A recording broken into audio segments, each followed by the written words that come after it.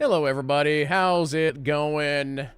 Welcome to my little gaming talk show, if you want to call it that, as we take a look at my favorite games from 2025. First of all, I'd like to thank each and every one of you if you've enjoyed my content over the past year or years. To appreciate all you guys enjoying the content, coming to the streams, watching on YouTube, making comments, you know, likes, follows, all that fun stuff. But yeah, we're going to kind of just talk about my favorite games of 2025. I'm going to do kind of like a top 5 in addition to a few like honorable mentions. So yeah, just sort of kicking things off. We'll start with the honorable mentions. And we are going to go ahead and start with my first one, which is going to be Dune Awakening. This is the game that I put the most time into in 2025. It was a little over like 300 hours. But yeah, this game definitely had a lot of promise. And I will say, for the two people who don't know, my favorite game of all time is Star Wars Galaxies. You know, I had to work that into this video somehow. And one of the reasons why Star Wars Galaxies is my favorite game of all time is the crafting and gathering system. It's a big open world MMO where you just craft and you build and you do all these fun things. And Dune Awakening has a lot of those elements. And that's where this game really shines, is you're on Arrakis, you're flying around on your ornithopter, or your bike, or your buggy, or, you know, whatever, right? And you're going from place to place, you're dodging the worm, you're seeing other people out there, and yeah, you can just kind of build, you know, your house or whatever any way you want. It's really up to your imagination, and some people have built some really, really cool things. But yeah, just the open world, like, survival crafting elements of Dune Awakening are just absolutely fantastic. To me, the game has a story, and has like a questing system and all that. I couldn't really get into any of that. I've heard a lot of people say that the story's really, really good, but to me, it's like too spaced out. Because I'm like, oh, I'm gonna do a story thing, and then I spend the next 30 hours crafting and gathering materials. And then I'm like, oh yeah, that's right, there's a story. I gotta go back to the story. And I'm like, wait, what happened? That was like 30 hours ago. I don't really remember anymore. But yeah, the game has definitely seen a fall off in players. They're actually getting ready to do a big patch, which is completely redoing the lands rad and the end game a little bit, and we'll see what that does to it. But I hope it doesn't get shut down, because it's a lot of fun. Shoot, even this morning, as I record this video, Matt Caruso, Agent and Iron Spider, and I went to the deep desert, and we were farming spice. We ended up doing like 2 full runs. During one of them, I was flying the carrier, and the second one, I was kind of playing scout. I was experimenting with thumpers to see if I could use the thumpers to kind of pull them away from what the guys were doing, and I don't know, it only kind of sort of worked. I don't know. Very inconclusive, so they could work on that system a little bit better. But no, it's a really fun game. And if you don't know, there's no sub or anything like that. It's literally you buy it once and you're good to go, and you can just hang out and explore the open world for as long as you want. So, no, it's a really neat little game, and like I said, it's the game that I put the most time into this year. So, been really, really enjoying it. So that's why it's an honorable mention. But yeah, it didn't make my top 5. It's you know, it's missing a lot of stuff, and there's just a few things I don't agree with. So yeah, but yeah. Other than that, just absolutely love my time with Dune. So yeah, cool stuff. My next honorable mention is going to be this game. EA Sports College Football 26 is what it technically is. I don't play a lot of sports games. And I used to play like Madden and college football and these kinds of games like way, way back in the day. Also, I think my video got reset from where I was messing with it there. But yeah, I ended up playing this a little over 100 hours as well. We've been mostly doing the Dynasty mode. I think I'm on year like 7 or something like that, but very much treating it like a a sports RPG. If you've never played one of these games or haven't played one in a long time, the Dynasty mode is you are a coach and you get to make and customize your coach, and there's you're leveling up and you're getting abilities, and you're doing the same thing for all your players. We were naming the players after people in chat, and they were going from year to year to year. Like right there's Wargrim. And they're gaining stats, and you're leveling them up, and you're getting passive skills, and yeah, we're just treating it like a football RPG, so it's been really, really fun. Am I going to miss this kick? Oh, I totally... What? Yeah, I missed that kick. I hit the red line. But it doesn't matter. I'm winning 20-7 anyway. But, yeah, just been a really, really fun football game. For those who don't know, they actually stopped making this particular series for a very, very long time, and it came back in 2024 for the first time, and then of course last year 2025 was the latest installment.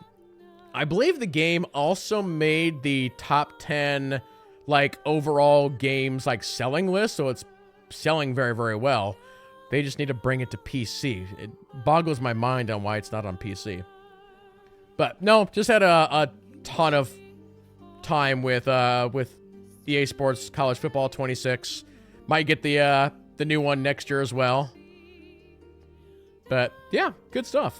Game's a little buggy here and there, but no, just a really solid just football sim. Yeah, cool stuff.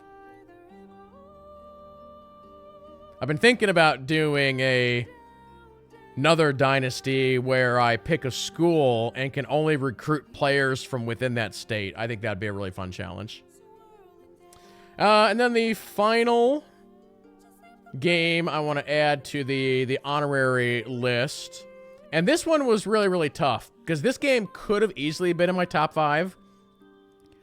But it's like, if I put this in my top 5, then what do I move out? So, like, I think I could have easily had this in my 5 or 4 or 3 spot and shuffled some things around. But in the end, it just didn't quite make the cut. But it's such a good little game. It really, really is. And that is News Tower.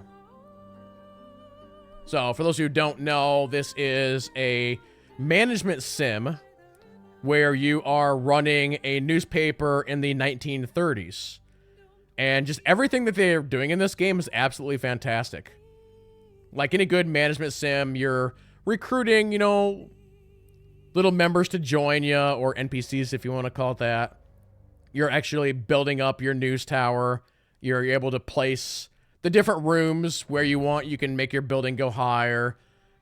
And you're also sending out, like, journalists to do missions, so to speak. Or there'll be like, oh, here's a news story in New York on something that happened, and you have to send them to go do the reporting, and then everybody has got skills. And it's actually really fun. Something we've been doing is most of the news stories, or maybe even all the news stories in the game, are real to at least some degree. And so we've actually been like looking up a lot of the news stories as we've been playing them to learn more. So that's been just really fascinating to kind of dig through old history a little bit.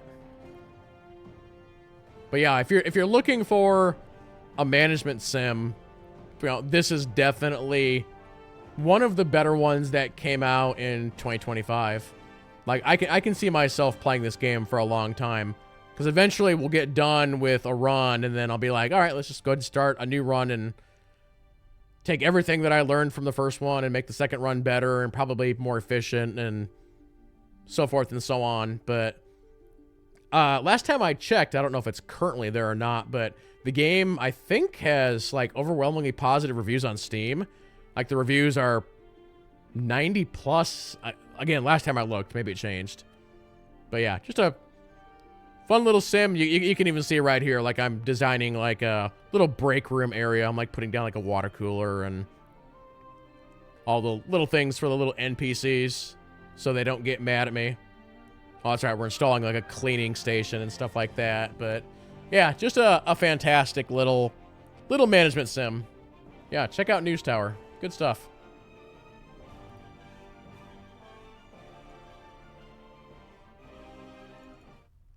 All right. So with that, we'll move on to my top 5. Top 5. This one was also really, really hard because it is a game that I am currently playing and didn't put enough time into. So this game could have been my game of the year, but I ended up having to put it in 5th spot, and that is Hades 2. So for those who don't know, Hades 1 is a perfect game in my opinion. Absolutely a masterpiece, 10 out of 10. Everything in Hades 1 is perfect, from every encounter, the bosses, the mobs you fight, the combat, the artwork, the voice acting, the music, blah, blah, blah, blah, blah, so forth and so on. But Hades 2, I didn't start playing until December, which is why I say that I haven't put enough time into it to, like, fully rank this game. Again, this could have been my game of the year, but I just haven't played it enough, which I'm really, really sad about. I will say that without a doubt that this game is not a 10 out of 10. Not saying that it's not better than Hades 1, but I feel like they made some decisions that I don't personally agree with. A couple of those being, I do think that early on, the mobs that you are fighting are more difficult. And I think they did a poorer job on the environmental hazards. Other than that, Supergiant is one of my favorite developers. Like, every single game they've ever released is so incredibly good. Again, the art style, the music, the Supergiant feel of these games is just so incredible. The fact that they were actually able to take everything from Hades 1 and essentially make it better is pretty crazy. Oh, I hate this boss. This boss sucks. I'm just gonna commentate my old playthrough here. What are we doing? This spin guy is gonna just kill us here. That's what's gonna happen. But no, it's pretty crazy that a game like this will actually be fully voice acted, which they did with the first one. And the voice acting is 10 out of 10. You know, there are many elements of Hades 2 that I would consider 10 out of 10. Like, again, the music, the voice acting, the art style, graphics. I'd say the core gameplay, the story. I think the story of Hades 2 is better than Hades 1, even though I haven't finished it. But just from what I've seen so far. I definitely can't wait to see what Supergiant is going to do next. I have a feeling like they won't do Hades 3. I think they'll probably do something else, maybe another new IP. Because pretty much every time, like, Hades 2 is the first sequel that they've done. Every other time it's been a new IP. So I want to see, now that they have all this Hades money, what are they going to be able to do with all that money in a new IP? And then come back to Hades 3 after that. That is what I would do if I was Supergiant. But, yeah, I absolutely adore this game, and again, Hades 1.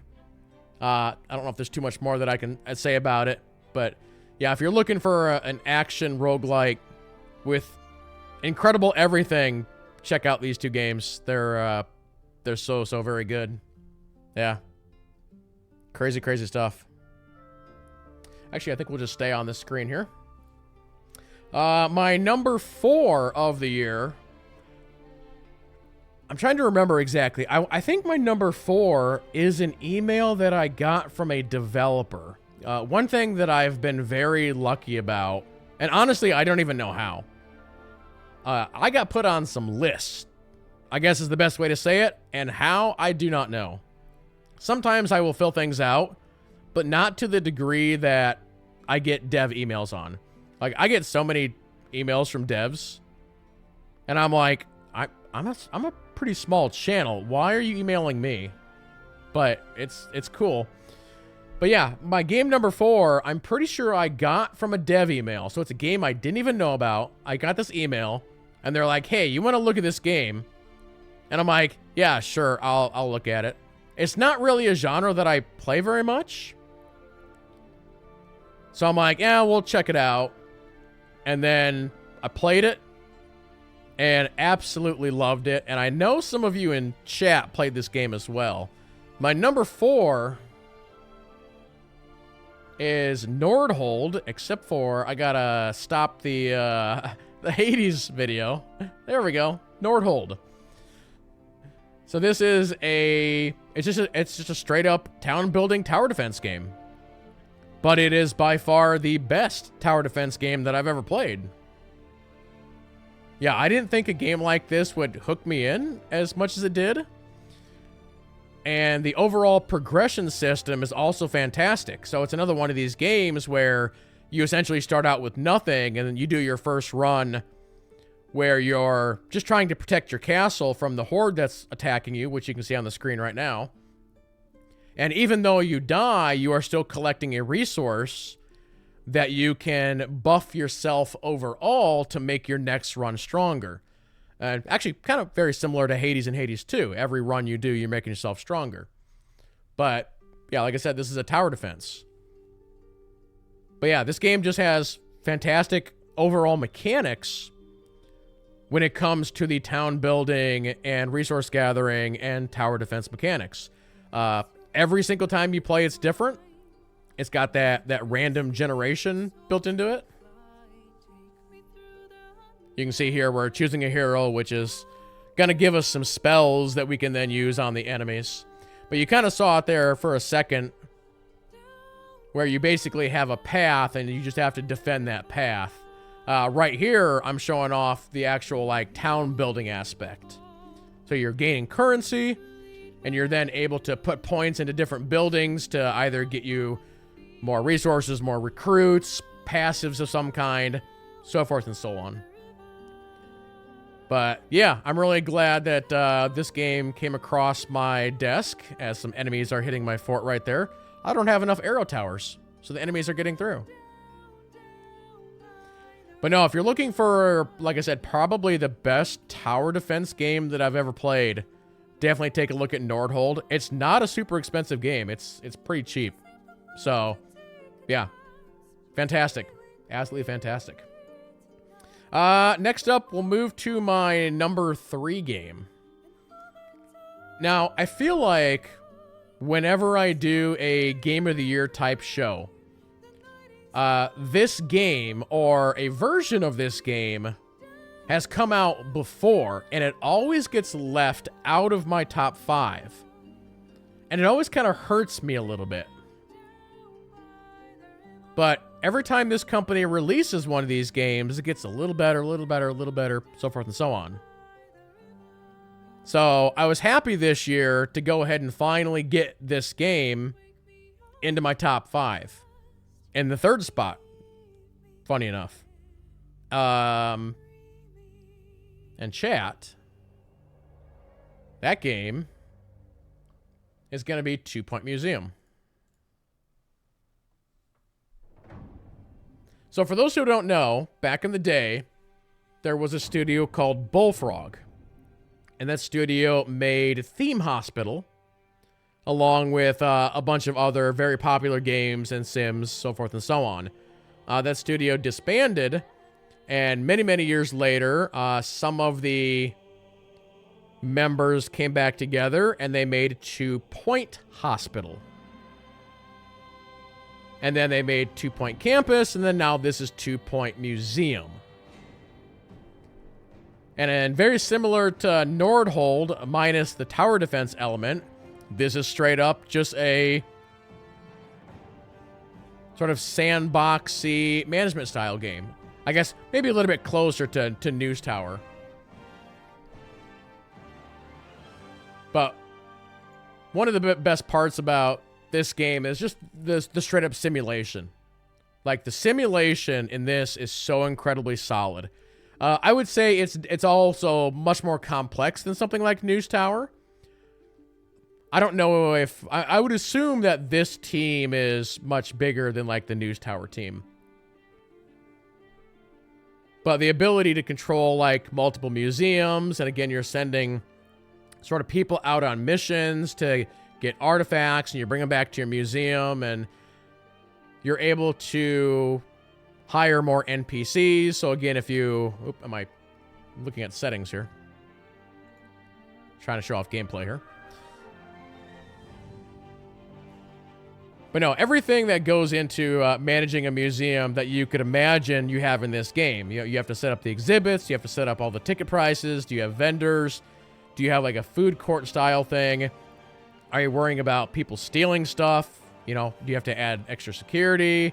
So forth and so on. And all of that you have to manage in these pretty massive layouts. Whenever you start with a new museum, you start out pretty small, basically one little building, and then from there you can basically expand.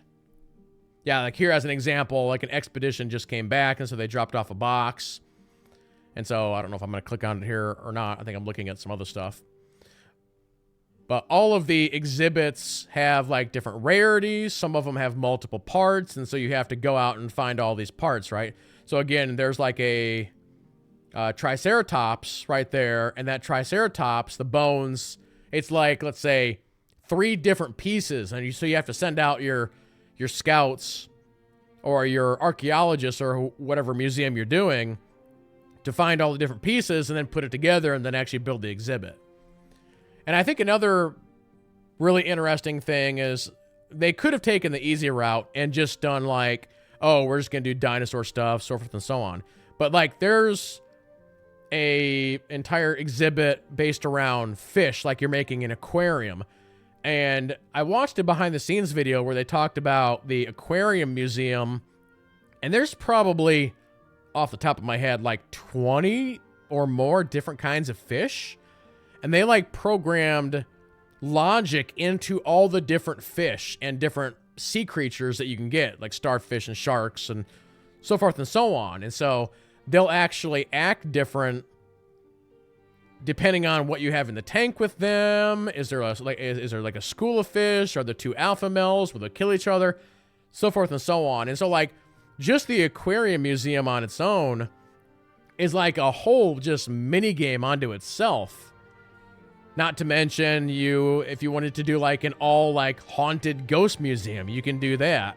Later on, they added a D&D function to where you're almost making like a fantasy museum, and your little helpers you send out are actually like D&D classes like wizard and rogue and stuff, and you're sending them out to do like almost D&D style missions. Like the game gets real crazy based on like what museum you're actually looking to build.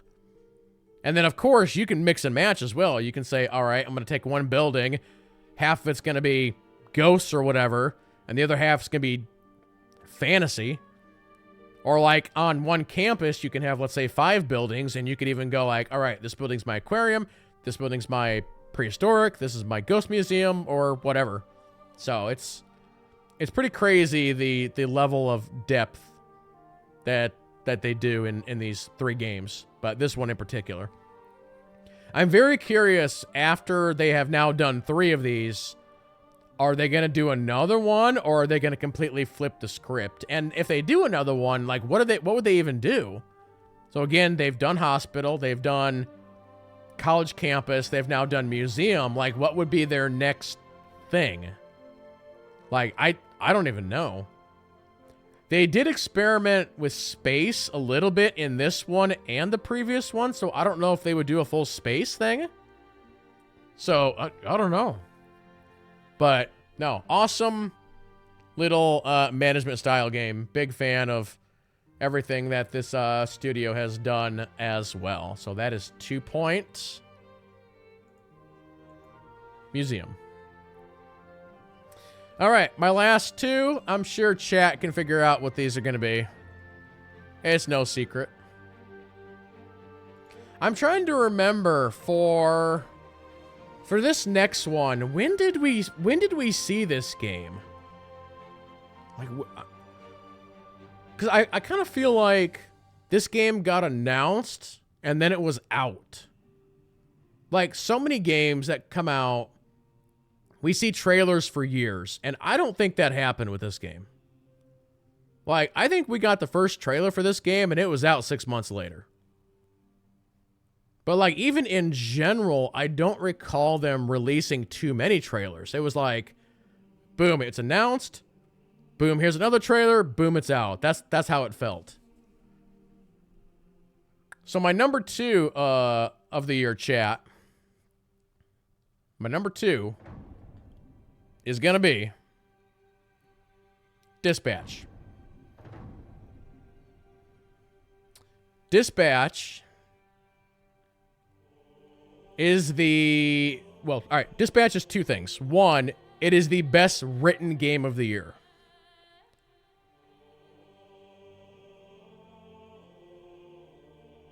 For those who may not know, this game is essentially a Telltale-style game. It's made by a bunch of ex-Telltale devs. Now, I've played a bunch of the Telltale games back in the day, and to me, this game is like the ultimate evolution of everything that they had done in the past.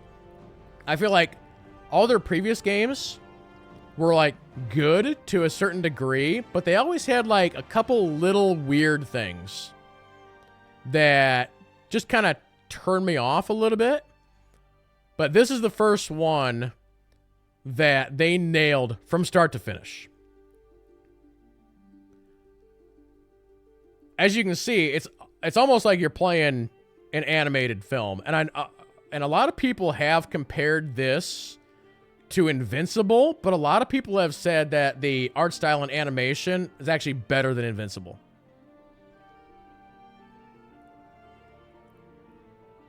But yeah, I'm trying to remember how long this game took me to finish. I think it was about 10 hours, and it does encourage multiple playthroughs because there are multiple endings. It's one of those deals to where you're making decisions and you kind of see where it goes. So I'm just kind of showing a cutscene right here.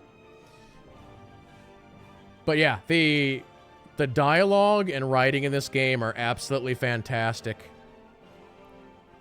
I would say the story of it is good, but it is kind of a traditional superhero story. Like, they didn't go too far off the mark. There were some incredible moments in this game, which is definitely carried by the voice cast. I would almost say, and we'll get into this a little bit more when we talk about my game of the year, but I would almost say that this is the best game this year when it comes to voice acting. Almost, maybe. It's very close. Very close. But yeah, the entire voice cast of Dispatch just did such an incredible job. I think if the VO in this game was not nailed like it was, it would not be as good as it is. Like, there is no point in this game that, like, a bad line was delivered, or there was a bad, like, segment or sequence or any of it. Like, once it starts going, it doesn't stop until the end. If we do put this game in the Telltale category, I would say it's my favorite one, and none of the other ones are even close.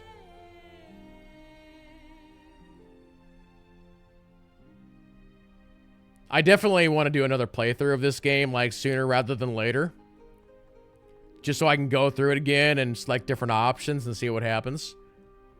I know the devs said probably like 3 weeks ago that there was like an achievement or something in the game that nobody had gotten yet, but I think somebody finally did get it the other day, which is crazy. That it took everybody, like, and off the top of my head, I don't recall how long this game has been out in full. It's not that long, actually. Like, maybe, 3 weeks? But it took the community 3 weeks to actually unlock everything, which is kind of crazy for a game like this, considering, like, how straightforward it is. There must have been just some crazy options that nobody was choosing.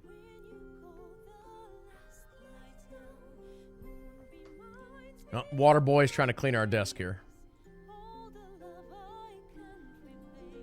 But no, in general, I can't speak highly enough for what this game did. Like, if I had to give this game a rating, like, I'm trying to think, like, would I give this game a 10 out of 10? If I didn't give it a 10 out of 10, what is it that would hold me back? Like, here on the spot, I'd have to think about it. Like, I don't know. But I would say it's very close to a perfect game. Like, very close. Also, I've said in the past that I don't like the whole numbering system because I think it's garbage. Because in this day and age, if anything is below a 7, it's considered trash, even though 5 is average. If you know what I'm saying. But, no, this game's absolutely incredible. I can't wait to see what the studio is going to do next. A lot of people are pushing them for a Season 2 or Part 2 of this game. We'll see if it actually happens or if they go down some other route. There was also some talk that apparently this was supposed to be a TV show. And from what I saw or what I heard is that it was supposed to be a TV show, but COVID killed it. And they were trying to get it done during COVID, and that just, like, ruined it. And so they decided to turn it into a game. But basically, it's still like a 10-hour TV show. But no, that's the Dispatch, everybody. My number 2 of the year. It could have been my game of the year. Like, it was close. It was close. That's how good that game is. Yeah, if you haven't checked it out, I strongly recommend that you check it out.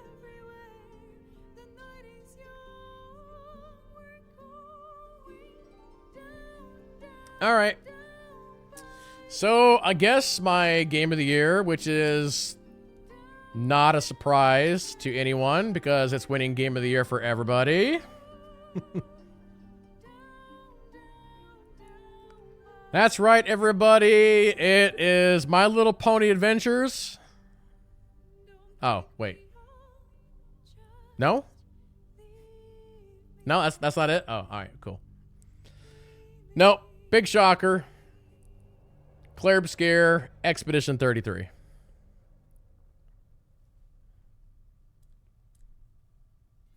So, one second. I just got to change the music for a second. So, going back to what I was saying about Dispatch, to kind of tie the two games together. I think Claire Obscure has a better story. Like, Claire Obscure has a better story by far. But I think the writing and the VO in Dispatch is just a little bit better. Like, this much. Like, it's damn near a tie. Just this much. And one of the reasons for that, and I feel like if you were to ask a lot of experts, they would tell you that comedy is harder to do. And Dispatch nails everything that game is trying to do. But for me, story in video games is like one of the biggest things for me. Like, a game could have really, really bad graphics or combat or whatever, but if the story is really good, then it doesn't matter. And the story in Expedition 33 has one, if not maybe 2 or 3 of the biggest shocking moments I've ever seen in gaming. I like to compare it to Knights of the Old Republic. For those who have played KOTOR 1, I don't know if I spoil it or not. It's a really old game. If you've not played it, it's your fault. But no, at the end of KOTOR 1, there is a shocking revelation. And I remember playing that for the first time, being like, my God, are you serious? And it was KOTOR 1 that showed me that story in video games, like, could actually be a thing. Because you got to remember, KOTOR 1 came out, off the top of my head, in 2003. You don't think, like, when you think about incredible stories in video games, you don't really think about any games before that. Like, in the 90s or 80s or whatever, right? You got Mario jumping on mushrooms or whatever. But no, KOTOR 1 was the game that's like, man, video games can actually do, like, super amazing stories. And this game, like I said, has a moment, if not at the end there, several moments that are on par with the shocking moment from KOTOR 1. And that says a lot. Most games can't do that anymore. And when you step back and you look at that, and then you look into the story of how this game was put together, it makes it even better. The fact that, again, this was a very small team, like 30-ish devs that made this game. Some of them were ex-Ubisoft. The composer of this game, they found on SoundCloud, and we'll talk about music here in a minute on how I think, I mean, this game has the best music of the year. Like, the music of this game is mind-blowingly good. It'll win every music category. And then the writer of this game, like the lead writer of this game, was like, and I could be misspeaking on this a little bit because I don't exactly remember, but the lead writer of this game was like working in an office in like accounting or something like that. And that is like the story of how this team came together. Again, it's like there was a couple that were ex-Ubisoft, and then it's like they pulled this guy and they're pulling this gal, and just like they're bringing all these like random people who like had never made a game before, and they make the best game of the year.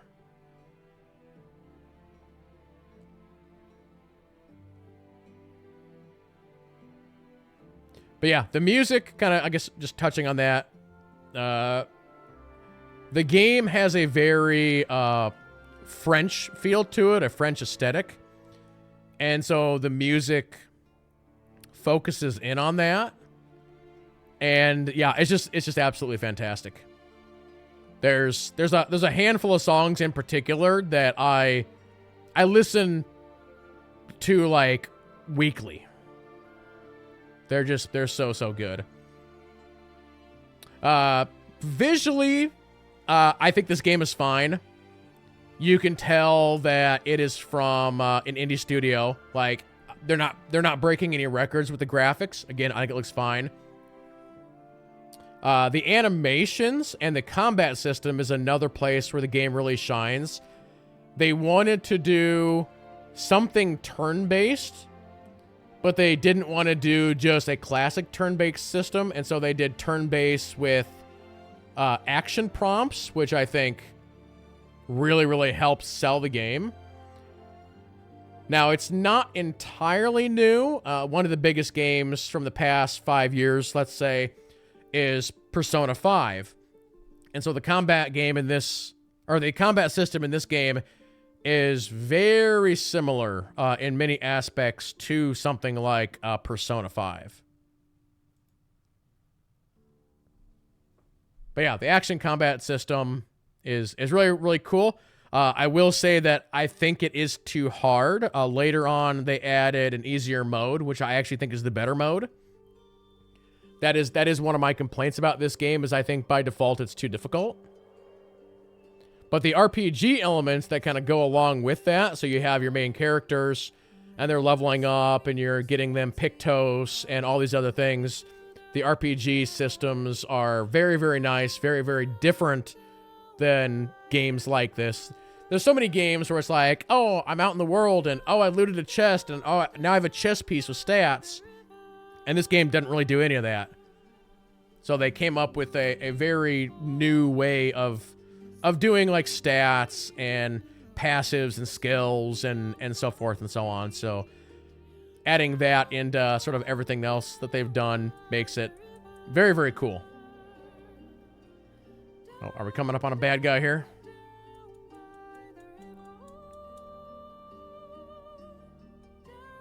But no, I'm just trying to think, like, what else I can say about it. This game is on Game Pass, and it's definitely one of those deals where if you haven't played it, you really have to. Play it for the story alone, because again, like I said, the story is just absolutely fantastic in it. And then when you get to the shocking moments near the end, or maybe even a little bit before that, you're going to be, like, very, very surprised at what is actually happening in this game. The devs have also said that this is a new franchise. And so the franchise is actually called Clair Obscur. So odds are their next game is going to be Clair Obscur something, something, something. So, yeah. And again, that kind of feeds into some of the stuff at the end of this game. Like, it makes a lot more sense.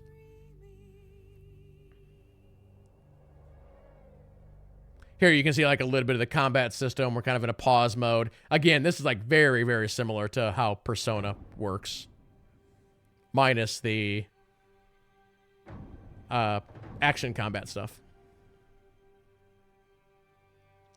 But no, game's absolutely fantastic. I don't know if there's too much more I can say on it. It's my game of the year.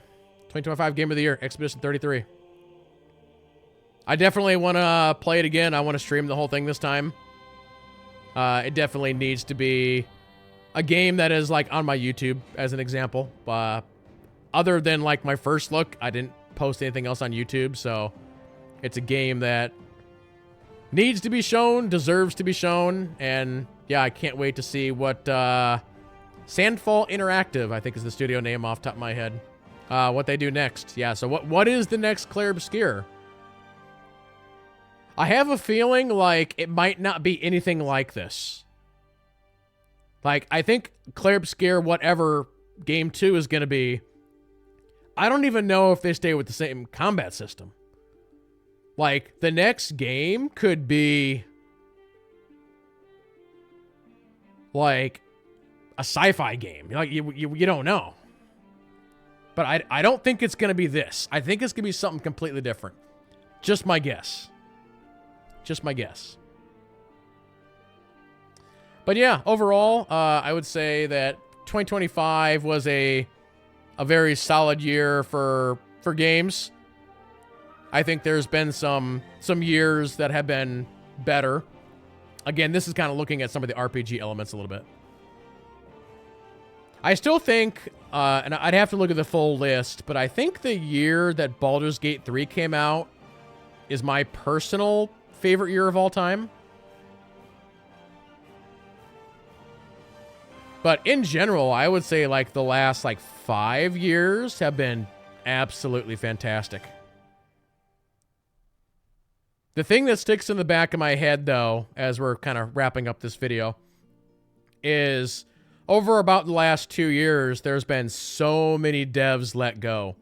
And a lot of industry insiders, people who are, like, very, very well-known, very, very educated, have said that the games industry should be having some off years. Because over the past couple of years, all the games that were in development, you know, were set in stone, and then all these devs left, quit, fired, whatever, and then that there should be a gap. And 2026 might be the start of the year where we see fewer games, or it might even be 2027. We'll have to see. But yeah, there you go, ladies and gentlemen. That is my my list for this year. Again, quick little recap. Yeah, my honorable mentions were Dune Awakening, College Football 26, and News Tower. All fantastic games. But yeah, my top 5, Hades 2, Nordhold, 2 Point, Museum, Dispatch, and Expedition 33. Yeah, really, really fun year. Like I said, do appreciate all of you guys checking out all the content. Of course, I'm always looking for feedback. If anybody wants to give me any feedback on anything, I definitely want to hear it. Also, I had a lot of fun making this little overlay for this show. Yeah, it was pretty fun making this. I don't really consider myself to be a creative person, so I feel like I always have to stretch my brain to do something creatively. So I'm like, what can I do this year that'd be like a little different? So like this right here, this is like concept art for Expedition. So I found on Reddit where the devs had posted some concept art, and I'm like, oh, that's a cool background. But yeah, even going back to like some of these other ones for a second, just like making up all these little screens. Yeah, I think they all turned out pretty well. So yeah, glad you guys enjoy everything. But yeah, for those who are watching on YouTube, we're gonna wrap up the video right there. So thank you all so much for watching, and we'll see you next time.